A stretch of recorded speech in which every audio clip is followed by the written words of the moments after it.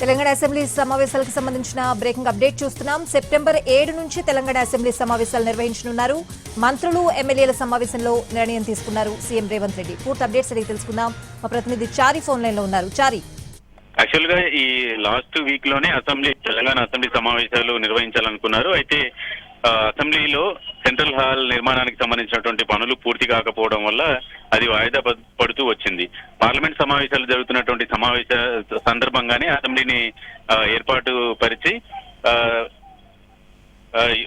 ఎన్నికల్లో పోటీ చేసేటువంటి యువకుల వయో పరిమితిని తగ్గించాలనే దానికి సంబంధించినట్టు ఒక తీర్మానం చేయాలనుకున్నారు. కానీ అనివార్య కారణాలతో అది వాయిదా పడింది.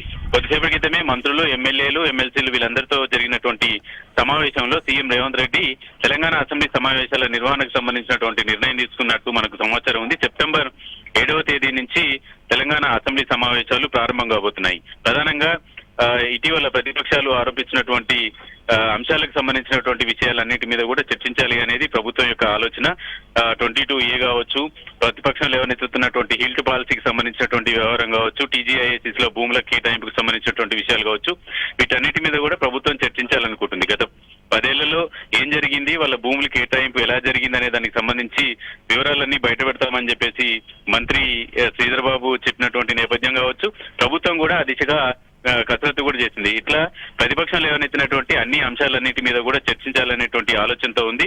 అసెంబ్లీ నిర్వహణకు సంబంధించినటువంటి వ్యవహారాలన్నిటి మీద కూడా కొంత దిశానిర్దేశం చేసినటువంటి పరిస్థితి అయితే కనబడుతుంది. మొత్తానికి సెప్టెంబర్ 7 నుంచి తెలంగాణ అసెంబ్లీ సమావేశాలు ప్రారంభం కాబోతున్నాయి. Right Chari, thanks for the updates.